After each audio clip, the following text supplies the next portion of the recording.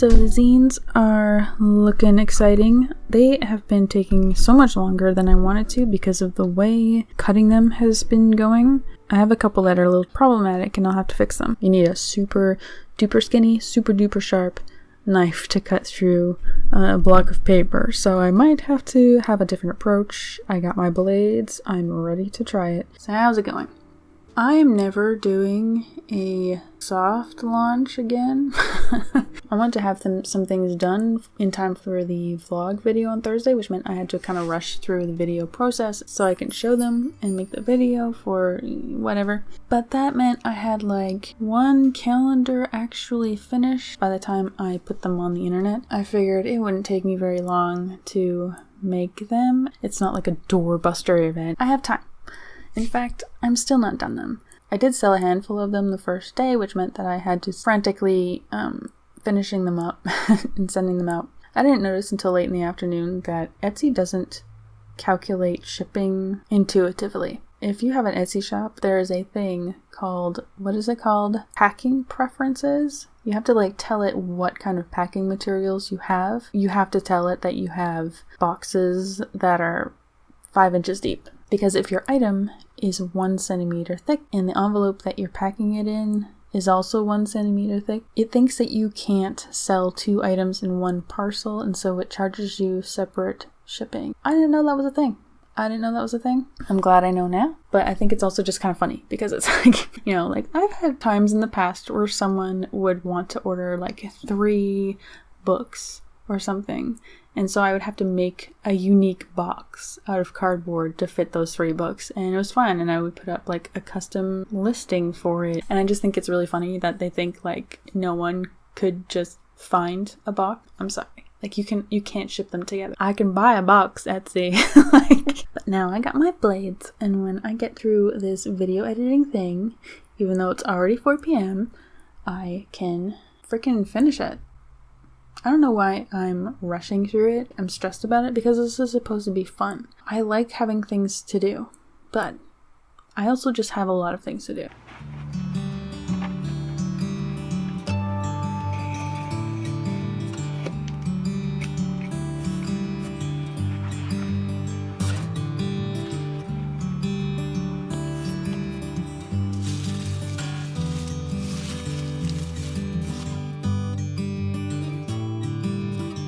I'm just doing a video for Patreon about this.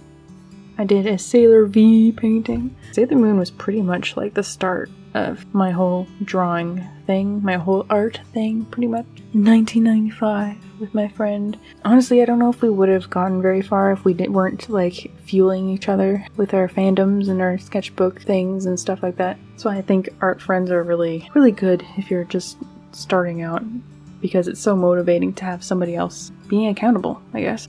Thunderstorm at the art gallery, sign me up.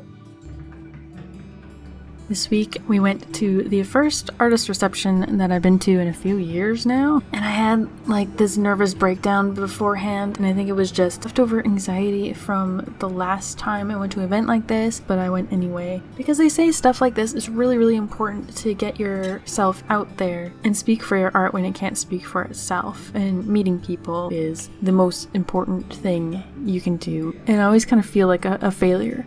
I do think we have way higher expectations in ourselves than we do with other people. I do expect myself unfairly to go to an artist exhibition and make a new friend with a stranger. I think it's probably more that you keep going to things. Eventually the same people keep going to the same things, and you just see each other and you recognize each other. I think just going and presenting yourself as a human that people can see, that is still something worth celebrating.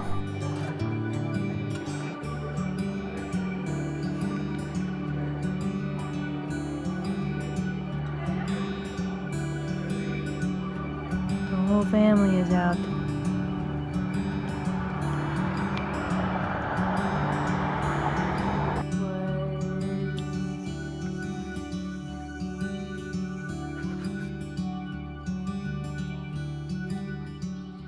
Oh man, so lately doing anything has been a little bit like pulling teeth. Mostly just like working on my own stuff. Although today I do have a potential commission to work on, which is cool, except that it has a person in it. It's not that I don't like to do, it's just that it's more stressful. I think all commissions are stressful. So, I'm gonna do it anyway, and hope that it works out. Anyway, whatever. Okay, listen. I try not to get caught up in the whole art supply bandwagon thing, even though I have like a bajillion of these. People have started talking about the Himi gouache set, and I think the first time I saw it I thought it was kind of like, ugh, why would I want to try that? I like the idea of being able to use an opaque medium the same way that you would use a watercolor palette. You know what I mean? Like, you just pop off the lid, you have access to every color you have. Whereas, like, with acrylic paint, I have to, like, pull off lids and tubes and stuff. So let me know if I am just walking into a waste of time. People seem to actually kind of like it. I'm kind of surprised by that because it doesn't look like a quality product, you know what I mean? It just kind of looks like something gimmicky. But the more that I think about just having little pots of paint there all the time, I feel like it's kind of interesting. I feel like I would actually use it. Do any of you remember Robotnik's Mean Bean Machine? I used to have it on Game Gear. It's on Steam for like $5, and so I got it. And I thought it was going to be a beautiful, wonderful, nostalgic romp.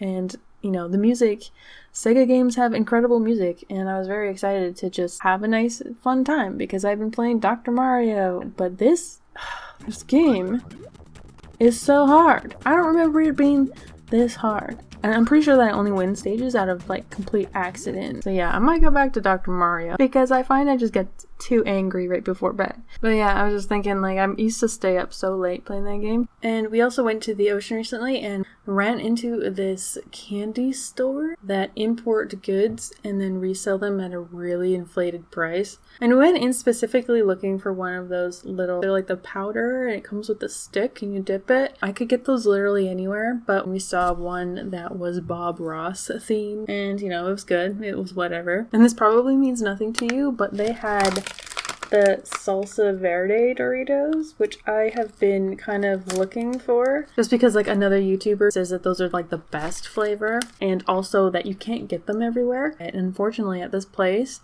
there's no prices on anything. And I asked the guy, like, how much are your chips? And he said, oh, they're anywhere from between like $4 to $9. I'm like, oh. And yes, this bag turned out to be $9, and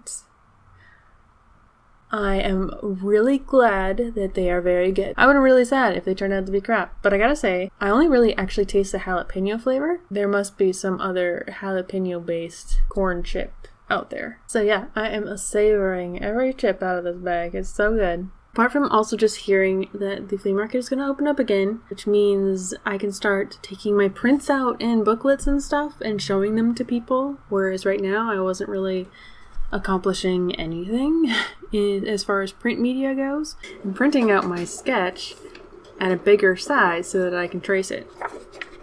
It's person with dog. It also means I've been sort of not sure what to do with the calendars. You may have noticed there aren't any. Sister-in-law is a little angel, and she's been trying to get like a group order thing, and I only ordered like 24. Part of me is just like, okay, like these are people that are outside of my usual calendar circle. Do I order more? I really wanted to try someplace other than cat prints. I love cat print. Even when you add on what looks like extortionate kind of shipping, I think it really is just how much shipping costs. By the way, I used to be a Cry fan, and he obviously doesn't really do anything anymore for obvious reasons. This is like the reason why I probably will never buy YouTuber merch again. I don't even know anymore. Like, anyway, I'm trying to like get a quote from a local copy shop. Found one that is surprisingly closer than I thought. I guess I'm gonna give it a try, but I'm really scared because I don't know like what I'm gonna get. I feel like there's just more room for human error. Just going through like an email conversation, so I'm a little nervous about it. I'm so excited. I don't know what's going on. Everyone's doing stuff and things are happening again.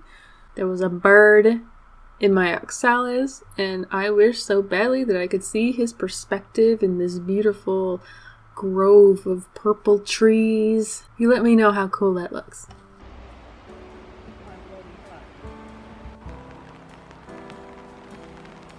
Oh, he is gigantic. What's up, frog? I hear frog.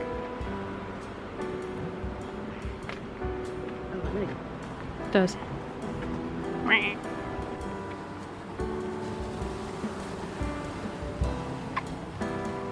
Cute. Someone took a bite out of that one.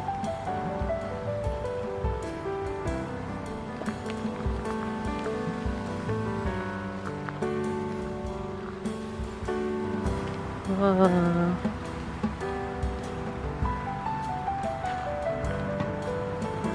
What's that? All these parts.